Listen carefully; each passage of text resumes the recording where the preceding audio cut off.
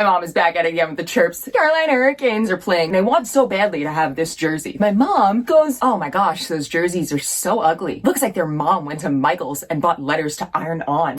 Which is kind of true.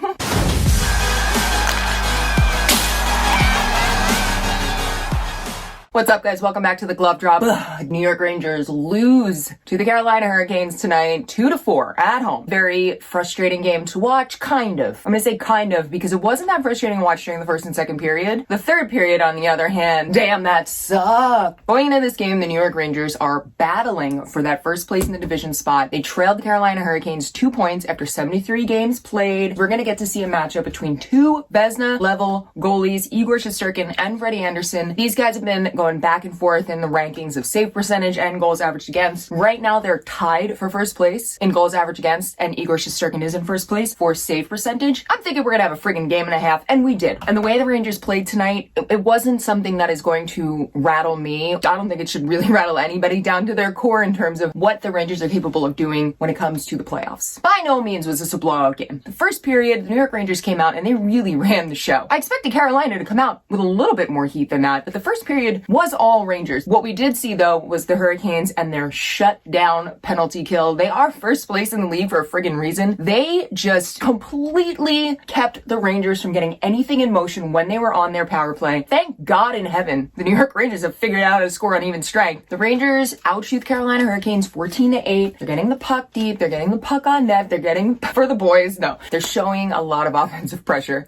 And that period was some serious playoff-looking hockey. Very exciting. Second period starts, and we're seeing even more so real playoff energy where you're seeing a swing in momentum going back and forth between the teams. Then Kreider Miller, who I'm going to say was the best Ranger on the ice tonight. He gets the goal scoring started with a play that was the epitome of a full 200-foot hockey player. So they're in the Ranger zone. Miller is on defense, obviously, because he's a defenseman, and he forces a turnover. And he passes it up to Vetrano. Ahead, Svechnikov moves in, all good defensive play. And Miller then just bolts up, follows the play, gets up to the front of the net, and then scores. Backhands it in front, they score!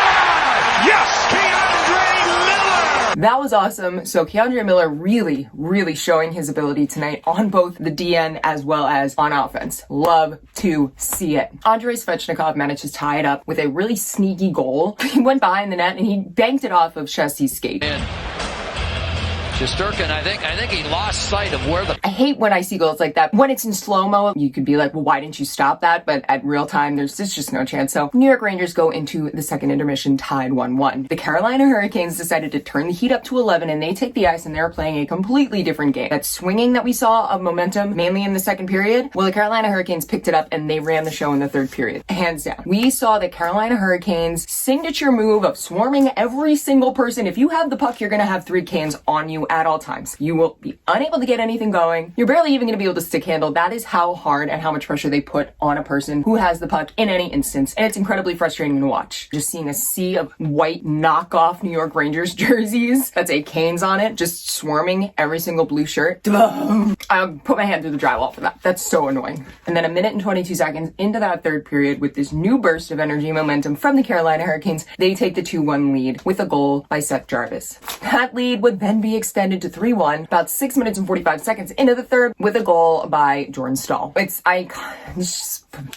And you can't even really be that mad. It's not like the Rangers were playing poorly. The effort was there. It was just a matter of readjusting their style of play in order to be able to get around that Carolina swarming defense. And we did see little spurts of life. We got to see Kreider Miller come up and completely undress Jacob Slavin. He goes through the legs, literally embarrasses this guy. Till his own teammate comes out of the zone, makes it. And when you think about just how good the Carolina Hurricanes defense is, it's just absurd. Did it result in a goal? No. Do I wish it did? Yeah. But that's okay. I will watch that on repeat.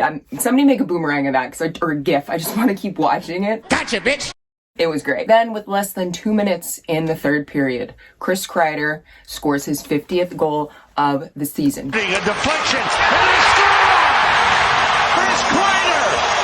It's number 50! It stinks that they didn't win tonight's game because you could tell that Kreider was not able to enjoy it as much so, but it still is a hell of an accomplishment. There are 3 other Rangers who have done so. So Chris Kreider has joined a list with Jaromir Jagr, Victor Hadfield, and Adam Graves. Huge congrats to Chris Kreider. Carolina Hurricanes do manage to get an empty net, scored by Sebastian Aho, the one who's good. It's not the Walmart version, and Sebastian Aho plays for the New York Islanders. The game ends, the Rangers take the 2-4 loss. Now, the Rangers will have the opportunity to take on the Carolina Hurricanes one last time before the end of the regular season, 2 weeks from today. They are playing the Canes back at MSG on 4/20. Blaze it. They will have the opportunity to get some kind of redemption. Now, something that the New York Rangers have done, especially in these last few weeks, they're able to see what they've done wrong in games and make the adjustments. I really expect them to come into that final game against Carolina Hurricanes having a much different approach. I give a ton of credit to Gerard Gallant for being able to get the team to do that and really go about reviewing these games in a way where the players are able to make adjustments, not just sit there and stew in, oh wow, I suck, look what I did wrong. The Rangers have 2 more back-to-backs this season, the first being tomorrow. Tomorrow they are heading out to Philly to take on the Philadelphia Flyers, who just got their asses